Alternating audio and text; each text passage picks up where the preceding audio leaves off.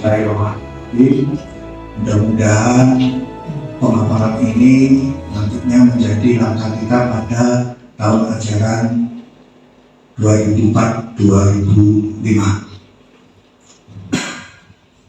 Baik, Bapak Ibu, pada kesempatan ini sesuai dengan apa yang sudah saya isikan di dalam PMM, kebetulan saya mengisi dan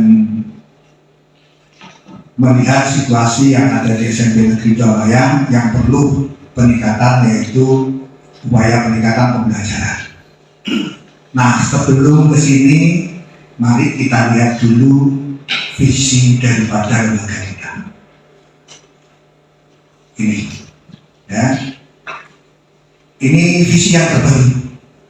Visi yang terbaru. Kalau visi yang lama itu bukan ini. Jadi visi SMP Negeri Dua yang terbaru, terwujudnya pendidikan yang bermakna bagi peserta didik. Oke.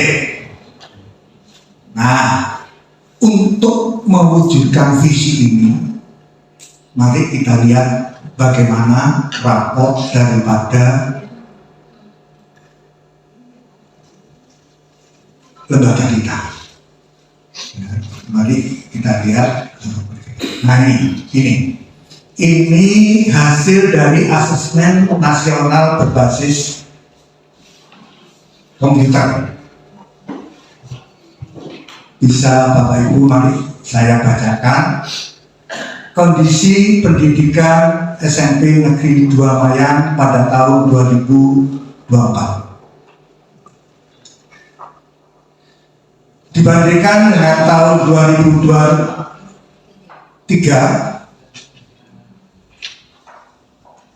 ada 6 indikator. Ada 6 indikator. Yang pertama itu numerasi, literasi, karakter, kemudian kebenekaan, kemudian satu lagi kualitas dan keamanan. Nah, kebetulan dari 6 indikator ini semuanya sudah tercapai baik, kecuali yang satu ini. Ya. Yang lain sudah mengalami peningkatan, bahkan peningkatannya luar biasa. Cuma yang satu yang berkaitan dengan kualitas pembelajaran. Ini indikator capaian, ada kualitas pembelajaran yang rendah. Ya.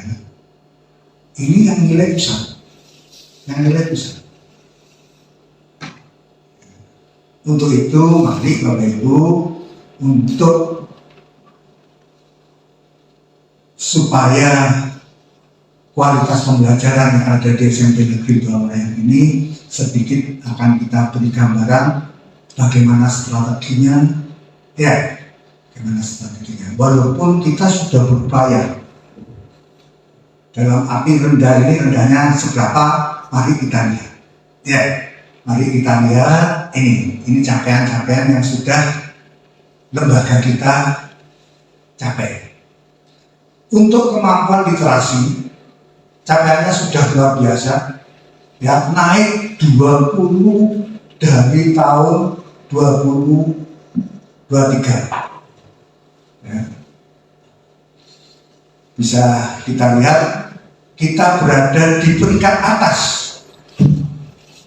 Di peringkat atas 1 sampai 20 di tingkat kabupaten. Luar biasa. Ya, sekolah pinggiran, umur 15 tahun, sudah peringkatnya sudah di atas. Kemudian berada di peringkat menengah di tingkat nasional. Ini perlu juga jenengan ketahui semua. Begitu juga yang numerasi. Yang numerasi capaian kenaikannya sampai 33,33. Ya. Dan masih peringkat atas di tingkat kabupaten. peringkat menengah, peringkat atas juga di tingkat nasional. Untuk karakter, ya, untuk karakter, untuk tingkat kabupaten masih peringkat atas. Untuk yang nasional peringkat menengah. Lanjut untuk yang ini iklim keamanan persatuan pendidikan. Ini juga sudah di peringkat atas semua, baik itu iklim kebinekaan, iklim keamanan, peringkat atas di tingkat kabupaten. Nah, yang terakhir Bapak Ibu, kualitas pembelajaran.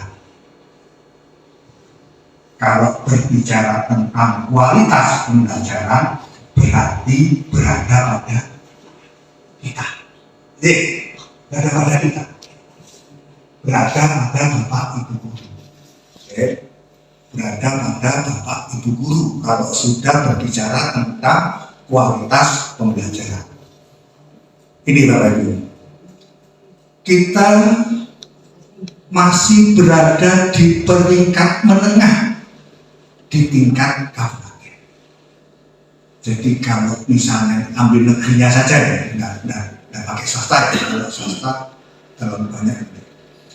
Ada 96 SMP negeri di Kabupaten Jember. Kita berada di peringkat 40 sampai 60 dari tengah. Ya. Kemudian untuk tingkat nasional kita berada di bawah. Untuk tingkat nasional. Kalau di tingkat nasional, untuk itu Bapak Ibu, mari di tahun-tahun yang akan datang, tahun ke depan, kita berusaha untuk berada di peringkat atas, dan untuk nasional kita berada di tingkat menengah. Sehingga dari 6 indikator itu kita mengalami kenaikan. Nah, ini perlu Bapak Ibu pada kesempatan ini di akhir tahun ajaran ini melihat ke depan. Tahun depan mari pengajarannya bagaimana itu kita tingkatkan semuanya. Kuncinya sebetulnya berada di pengisian PMM ini. Kuncinya di kalau dari 30 personil guru yang ngajar hanya 5 personil saja atau kurang dari 10 saja yang aktif untuk menyelesaikan ini, maka ini tidak ada peningkatan. Untuk itu mari semua saling mengingatkan, ya silahkan apa yang diminta oleh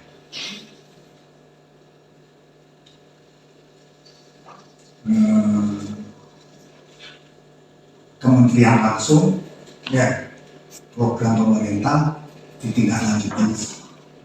Baik Bapak Ibu, untuk mencapai peningkatan pembelajaran di SMP Negeri 2 Mayan, sebelum ke sana mari kita lihat tantangan-tantangan yang kita hadapi. Tantangan-tantangan yang nyata, ya, yang nyata. Tantangan yang nyata jelas. Ada keterbatasan sumber daya, ada keanekaragaman atau keragaman dari siswa kita. Ya, untuk yang keterbatasan sumber daya, jelas. Yang pertama, dana. Yang kedua, fasilitas. Yang utama alat bantu pembelajaran yang memadai, itu yang utama. Ya, kalau dana mungkin sudah bisa diagnosis. Walaupun kadang-kadang kita masih minta bantuan kepada pemerintah. Ya. Untuk fasilitas, fasilitas.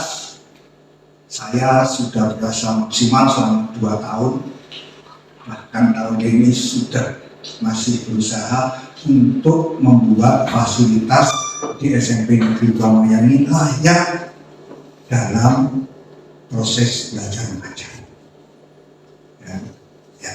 Dan tolong tahun depan saya dibantu dalam pembenahan fasilitas, utamanya fasilitas yang berkaitan langsung dengan proses belajar mengajar.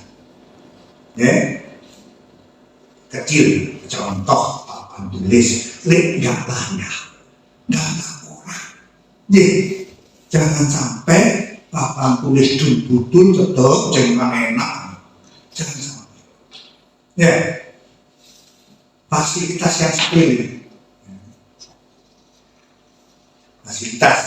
Nah, yang utama alat bantu pembelajaran dalam peningkatan pembelajaran di negara kita. Bapak Ibu, wajib panjenengan semua dalam mengajar menggunakan alat bantu dalam proses belajar mengajar. Baik itu matematika, baik itu IPA, baik itu IPS, bahasa Inggris dan lain-lain, dan alat bantu harus menggunakan alat bantu atau alat peraga. Alat peraga. Nah, ini yang belum saya sentuh. Mari Bapak Ibu kita saling mengingatkan berkaitan dengan alat peraga dalam proses belajar mengajar. Kalau fasilitas fisik saya kira sudah ya, lumayan sudah. Kalau Bapak Ibu nantinya akan membantu Bu Erwin, akan membantu Pak Oon dalam membuat PKS, dalam menganggarkan anggaran berkaitan dengan peningkatan pembelajaran. Contoh yang ringan, gampang, Pak Arif, Pak Lingga olahraga. Kalau tidak ada alatnya, mana bisa? Kalau tidak ada alatnya, mana bisa ngajar olahraga? Teori itu nanti. Tetapi kalau tidak pernah menyampaikan, ya tidak dianggarkan. Walaupun itu sudah menjadi kewajiban untuk menganggarkan, tapi kadang-kadang didahulukan yang lain. Begitu juga dengan pelajaran-pelajaran yang dengan Mbak. Misalnya bahasa Inggris misalnya. Butuh kamus bahasa Inggris. Kebutuhannya berapa? Dalam 1 tahun kebutuhannya berapa? Begitu juga bahasa Indonesia, butuh kamus bahasa Indonesia.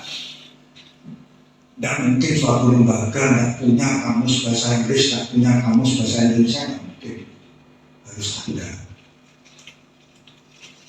Kalau alat peraga IPA, IPS, matematika, saya lihat banyak di gudang sana, tinggal digunakan saja. Dan minta tolong penggunaan alat peraga itu sangat membantu dalam proses belajar mengajar. Makanya ini sebetulnya judulnya peningkatan praktek pembelajaran. Ya. Yuk.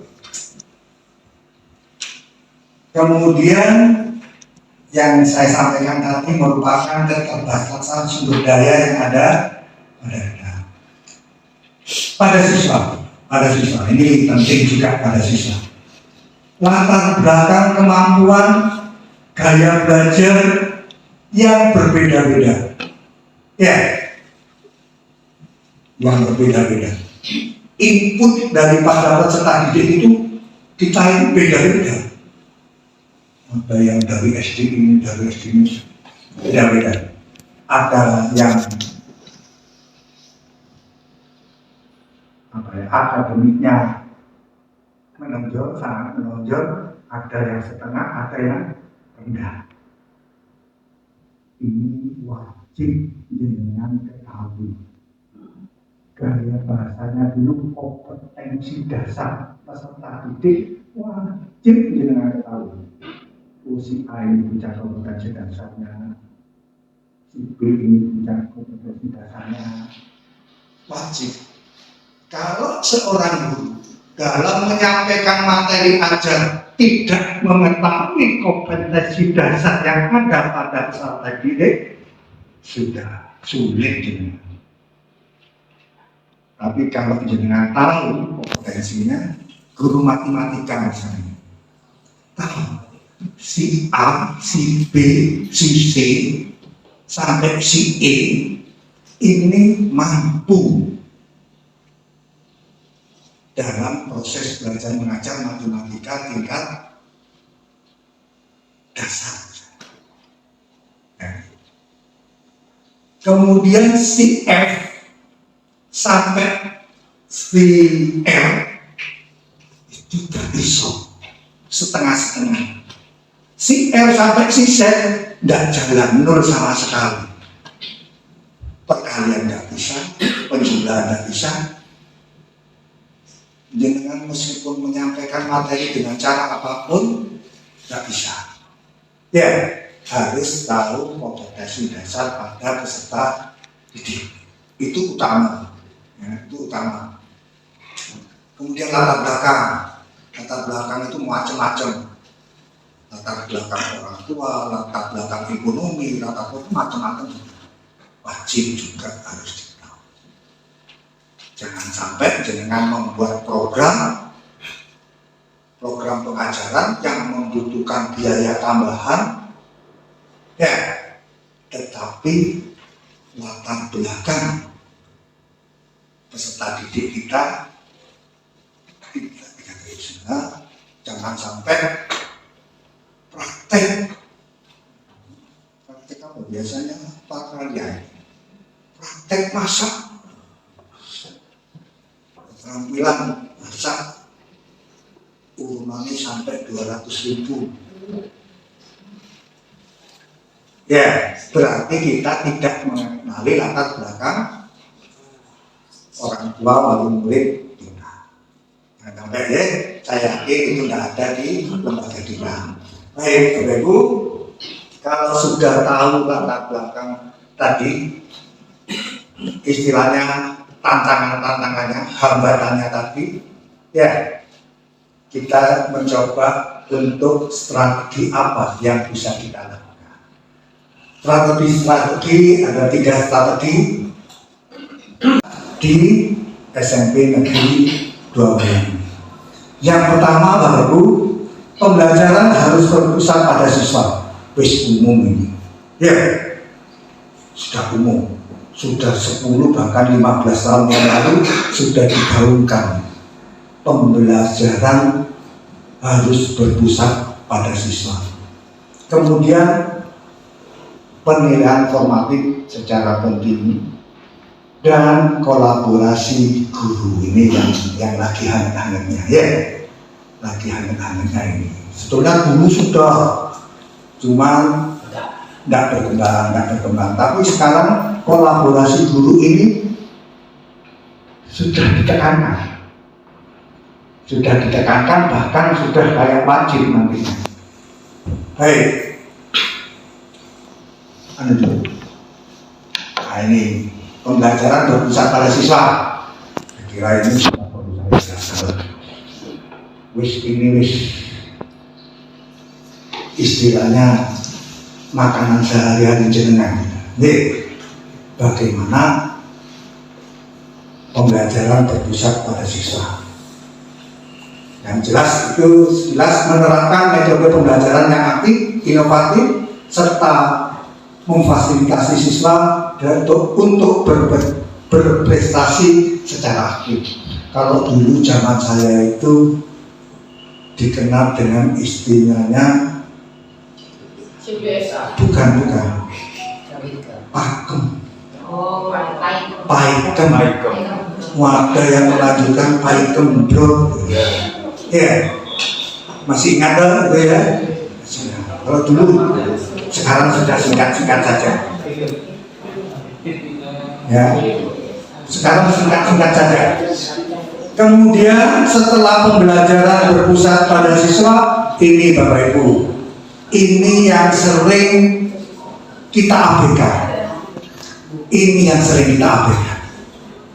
Ya, ini yang sering kita abaikan, yaitu menggunakan penilaian yang berkelanjutan untuk memantau kemajuan siswa menyesuaikan strategi pembelajaran. Ini sudah kita lakukan, cuma kurang teradministrasikan. Kenapa saya berani bilang ini? Saya yakin tak ya wis nilai harian endi nilai formatif, endi nilai sumatif. Jenengan letak tadi itu dah dapat. Ya, padahal ini perlu sekali. Sehingga nanti di dalam pemberian nilai rapor itu tidak ada istilah ngaji lagi. Ya, tuh, mari hal-hal yang budaya-budaya yang tidak positif kita tinggalkan. Selanjutnya ini Bapak Ibu yang perlu ditekankan, kolaborasi antar guru. Mendorong guru untuk saling berbagi praktek baik. Ini sudah dilakukan. Ya, bertukar ide, bekerja sama dalam mengembangkan pembelajaran. Bahkan nanti wacananya NDMP itu tidak ada. Wacananya tidak ada NDMP. Yang ada ini. Yang ada kumpul di sekolah masing-masing. Ya. Nanti wacananya NDMP itu tidak ada. Yang ada kumpul. Ya. Yang ada kumpul. Ya. Bahkan wacana nanti yang begini lama-lama itu enggak salah. Guru IPA misalnya Pak Pran lagi sendirian, Bu Sulfa lagi sendirian, enggak jalan, enggak ada benar. Ya Pak Cik Bu IPS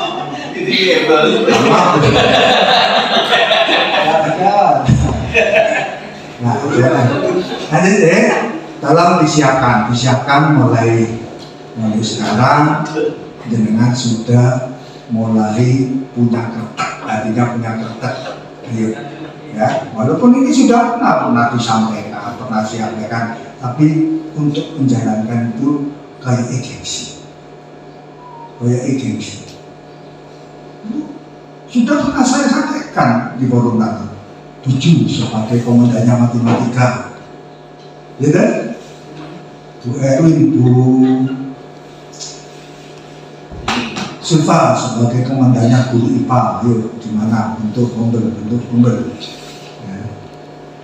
Lalu untuk yang kolaborasi dengan guru, jalankan, mari kita jalankan semampu kita jalankan semampu kita. Syukur-syukur nanti wacananya itu RGMP akan dibatasi dulu. Cukup satu lembaga, satu yang berada. Kemudian yang satu ini menelurkan pada teman-teman yang ada di lembaganya masing-masing. Wacana ya, tapi tidak tahu pelaksanaan wacananya. Baik, ini strategi efektif ya. 3 hal: pembelajaran berpusat pada siswa, kemudian penilaian formatif secara kontinu. Yang terakhir, kolaborasi antar guru. Ini semuanya sebetulnya sudah pernah kita laksanakan. Ya, ini beberapa hal yang sudah kita laksanakan. Pelaksanaan komunitas belajar Gelis Padama yang sudah dilaksanakan 3 kali kegiatan berbagi praktek baik. Ya. Itu pernah dilaksanakan oleh Pak C, kemudian Burju, Pak Eka, ya. Nah, ini nantinya di tahun yang akan datang diharapkan semua pernah praktek baik. Ya, dalam proses belajar berbagi praktek baik. Semuanya harus punya kesempatan, harus punya berani berkesempatan untuk berbagi praktek baik dalam upaya peningkatan pembelajaran di SMP Negeri 2 Mayan. Lanjut. Nah, peran guru dalam meningkatkan pembelajaran. Ini seperti yang saya sampaikan di awal. Dalam pembelajaran berada pada kita selalu pendidik. Peran guru dalam meningkatkan pembelajaran. Yang pertama, pengembangan profesional. Untuk pengembangan profesional, saya salut pada panjenengan semuanya. Ya, semuanya berusaha untuk mengembangkan diri secara profesional. Ya, salah satu contoh pengembangan profesional dengan aktif dalam MGP misalnya. Ya, ini guru harus secara terus-menerus mengasah pengetahuan dan keterampilan mereka melalui pelatihan, melalui lokakarya atau studi lanjut. Jejak Bu jejak Bu Puji, jejak Bu Enda, jejaknya Pak Ali. Ayo, saya selalu mendorong Pak Cik, saya dorong. Ini maksud Pak Holil lagi izin dan dorong Bapak Ibu guru yang lain. Ya, semuanya harus berani menyambut perubahan.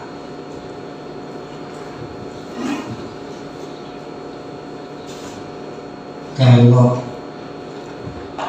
semakin banyak guru-guru di SMP Negeri 2 Mayan ini mengikuti program guru penggerak, maka sekolahan ini otomatis dengan sendirinya bergerak,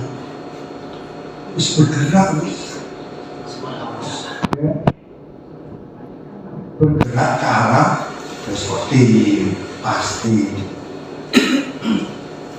Dan pada kesempatan ini Pak Ali, Bu Enda yang baru lulus sudah dinyatakan lulus ya?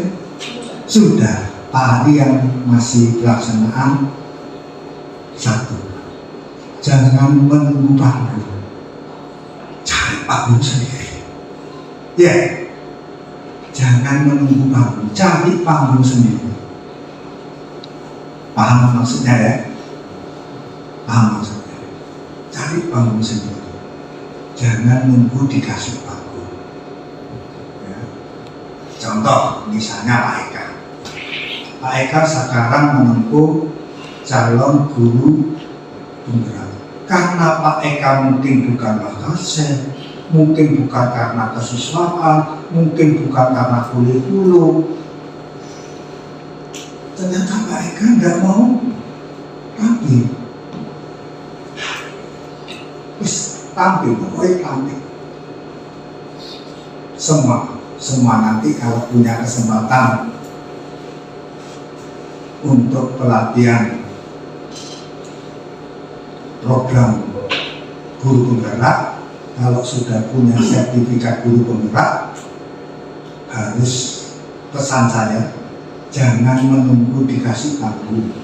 Tidak dikasih panggung, gak gelem kerja, gak gelem menularkan ilmunya, misalnya susah. Kemudian yang kedua, ini desain pembelajaran. Desain pembelajaran. Kayaknya saya tidak memperhatikan itu, tapi wali ini kok sudah tahu saya jenengan kopi pasta. Jenengan membuat RPT, membuat desain pengajaran,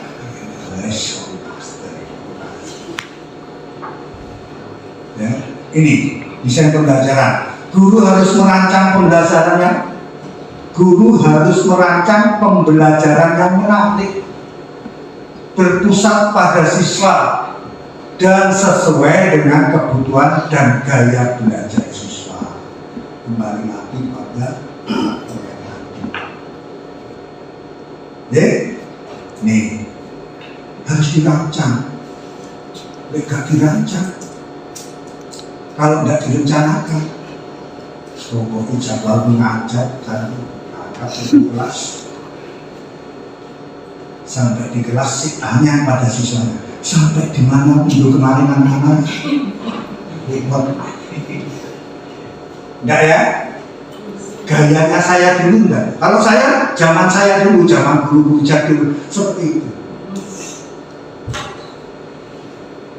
Ya syukur alhamdulillah, zaman guru-guru zaman saya wis pensiun habis. Pensiun. Ya, teman jenengan ini tidak boleh seperti itu, tidak boleh. Ya, jangan sampai tanpa persiapan masuk kelas, karena tidak persiapan akhirnya kelasnya tidak kondusif, tidak bisa mengkondisikan kelas. Karena guru tersebut tidak pernah merancang dalam proses pembelajaran. Sifatnya hafalan yang tahu semua. Ya, tidak. Bapak Ibu, ayo kita berubah menyambut tahun ajaran 2024-2025, kita berubah. Ada pepatah, siapa yang tidak mengikuti perubahan, maka mereka akan terlindas oleh perubahan. Tertinggal semuanya, tidak apa-apa, bisa dikejar, tapi nanti terlindas. Sudah. Kalau tertinggal oleh perubahan, contoh saya tertinggal oleh perubahan, saya bisa mengabang sekolah, saya bisa. Ya, tapi kalau sudah terlindas oleh perubahan, sudah tidak terpakai sih. Ya, hari Bapak Ibu jangan sampai kita apalagi anti perubahan. Jangan sampai.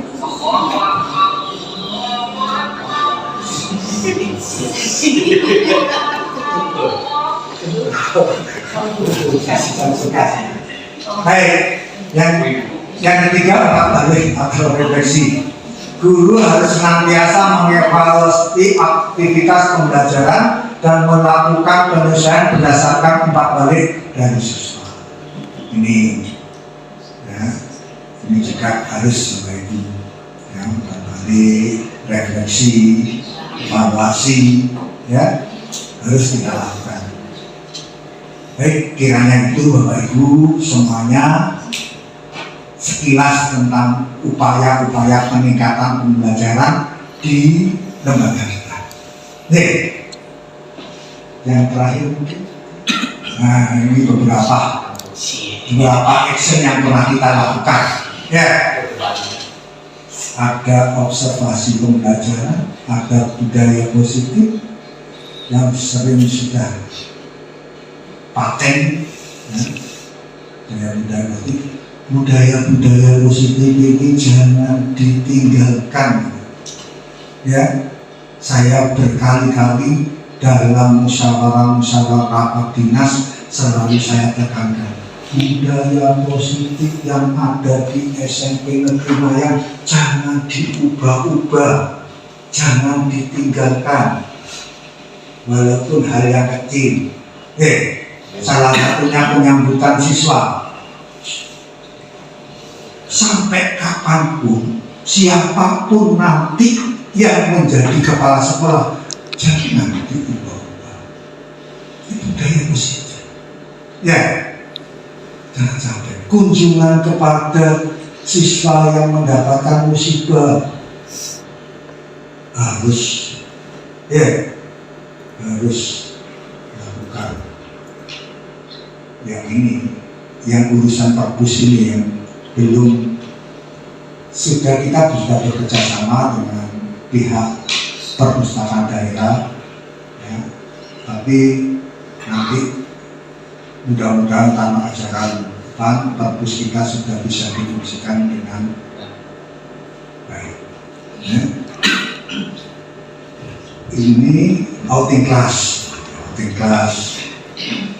Saya inginnya outing class ini diprogram tiap tahun. Ya. Positif, ya. Diprogram tiap tahun bagaimana programnya supaya kegiatan pembelajaran di luar kelas ini tidak membebani pandemi. Ayo kita tunggu bersama.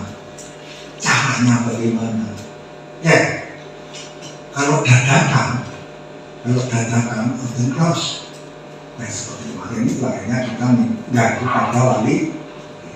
Gimana caranya supaya tidak ganggu? Ayo kita rumuskan bersama. Apakah bisa? Yang penting ada kemampuan. Guru IPA, guru IPS itu outing class. Outing class harus jangan sampai lulusan SMP Negeri Mayang ditanya akar serabut itu kayak apa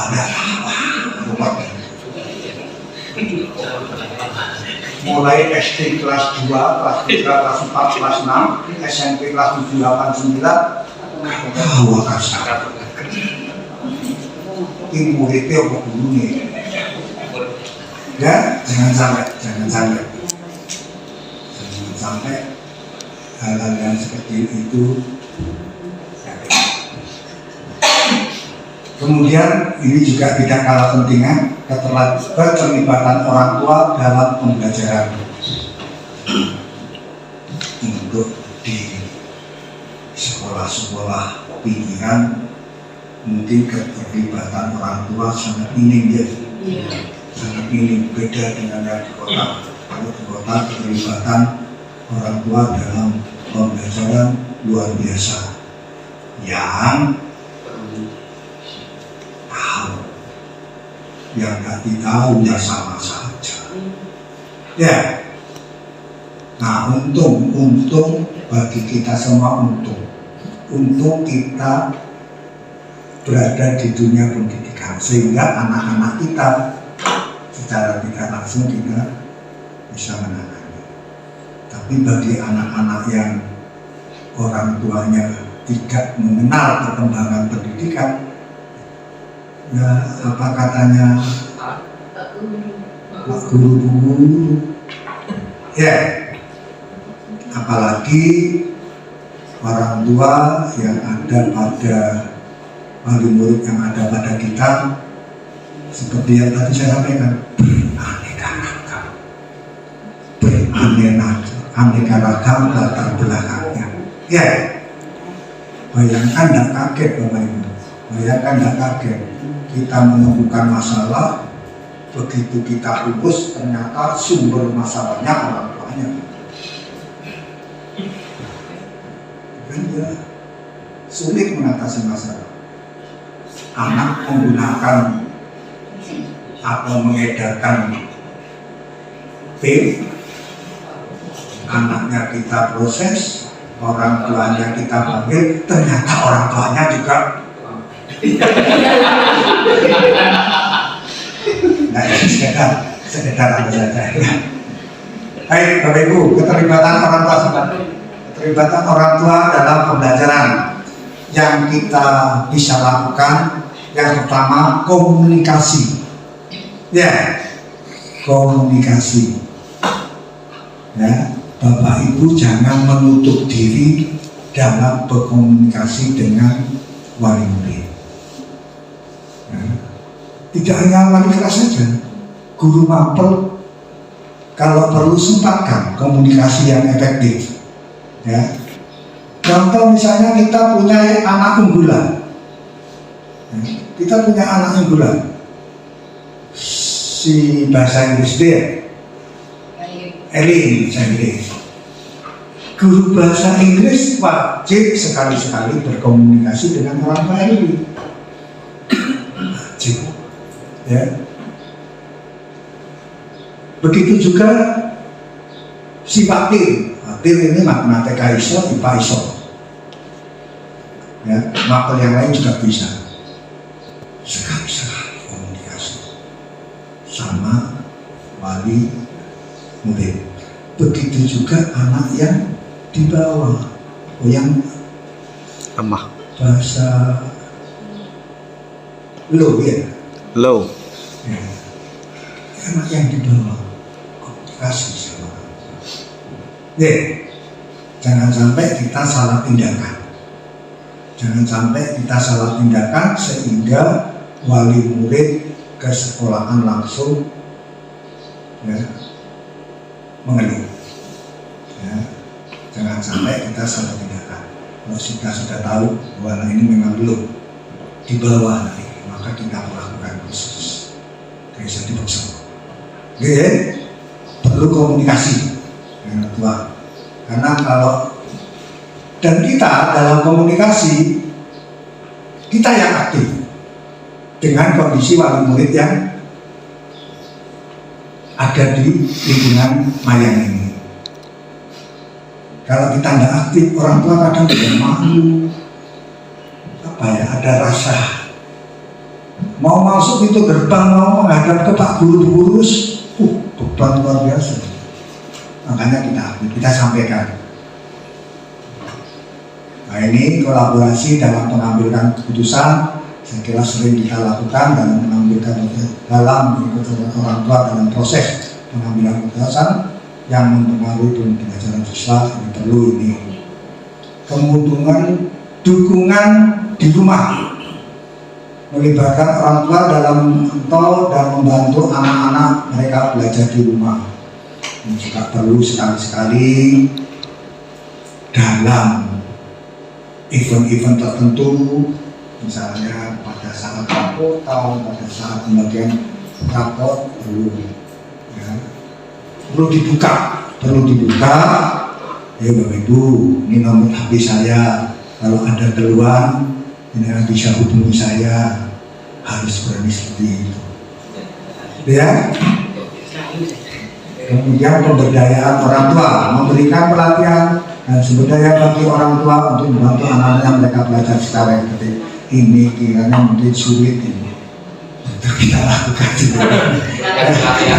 Ini sulit untuk kita lakukan ya. Jadi tetap jika ada kesempatan, ada waktu dan ada kemampuan, ini pemberdayaan orang tua bisa kita lakukan. Baik, itu lanjut. Nah, langkah berikutnya pengembangan kurikulum yang inovatif. Yes, ini sudah mulai ya, makanya kurikulum yang ada tim pengembang kurikulum di sekolah ini supaya nantinya bisa mengembangkan kurikulum yang inovatif. Nah, pengembangan kurikulum yang inovatif itu meliputi kurikulum yang berbasis kompetensi, kemudian pembelajaran yang berbasis proyek, dan integrasi teknologi. Tetap kurikulum berbasis kompetensi mulai awal tadi sudah saya sampaikan, mengembangkan kurikulum yang berfokus pada pengembangan kompetensi dan keterampilan siswa, lagi-lagi berpusat pada siswa. Kemudian yang kedua, pembelajaran berbasis proyek, menerapkan pendekatan pembelajaran berbasis proyek untuk meningkatkan keterlibatan dan pemahaman siswa. Yang terakhir, mengintegrasikan teknologi secara efektif dalam kurikulum dan proses pembelajaran. Ini sudah kita lakukan, ya, semuanya sudah kita lakukan, ya. Cuma kadang-kadang kita lupa tidak mengadministrasikan, ya. Kira itu. Ini terakhir. Ini terakhir bagaimana peningkatan pembelajaran. Yang terakhir, mengikutkan guru dalam kegiatan PGG, dan guru bergerak. Sering saya motivasi, sering saya dorong supaya jenengan berkaitan dengan pengembangan profesi tadi. Ya, nah ini sudah. Beberapa guru SMP Negeri 2 Mayang mengikuti program PPG dalam jabatan, dan mereka mengikuti melalui beberapa universitas di Indonesia. Hasil yang mereka dapatkan juga baik dan lulus. Ibu Hari, Pak Iwan sama Atas proses sudah lulus. Ya.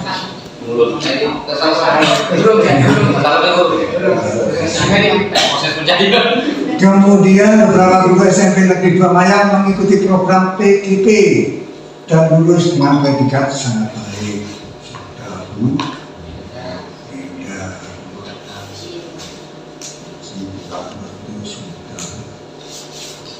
ya, berapa hari mudah-mudahan Pak Abi lancar nanti. Saya kena lancar Pak Abi. Yang dulunya maju mundur, udah lari jalan. Kalau sudah jalan nggak ada masalah. Iya, ya. Kalau sudah jalan nggak ada masalah, lancar-lancar aja. Dan Pak Ali, jangan nakut-nakuti yang belum. Kadang-kadang tidak sengaja, Pak Ali malu. Ini berarti jenengan nakut-nakuti yang belum. Baik, Nggak boleh. Harus enteng, beres. Ya. Kalau jenengan mengeluh, peserta itu mengeluh, yang belum cek beratnya sampai pacik mundur. Enggak, enteng. Kalau sudah dilaksanakan tinggal pikir-pikir saja ya. Ya, diharapkan setelah mengikuti program dari guru-guru tersebut dapat menularkan yang sudah didapatkan dari perkuliahan PPG kepada rekan sejawat demi tercapainya pembelajaran yang menyenangkan, meningkatkan mutu lulusan SMP Negeri 2 Mayang. Ya. Nah, terakhir Bapak Ibu, kita simpulkan, meningkatkan pembelajaran di sekolah membutuhkan upaya yang kolektif dari semua pemangku kepentingan, ya gurunya, ya orang tuanya, ya kepala sekolahnya, dengan menerapkan strategi yang efektif, memanfaatkan teknologi, dan mengembangkan kurikulum yang inovatif. Kita percaya dapat membantu siswa untuk mencapai potensi mereka secara maksimal. Dan itu mudah-mudahan paparan yang singkat ini menjadi pandangan ke depan untuk semua keluarga besar SMP Negeri Tuamaya. Kiranya itu Bapak Ibu, kurang lebihnya saya mohon maaf dan saya akhiri. Wassalamualaikum warahmatullahi wabarakatuh. Waalaikumsalam.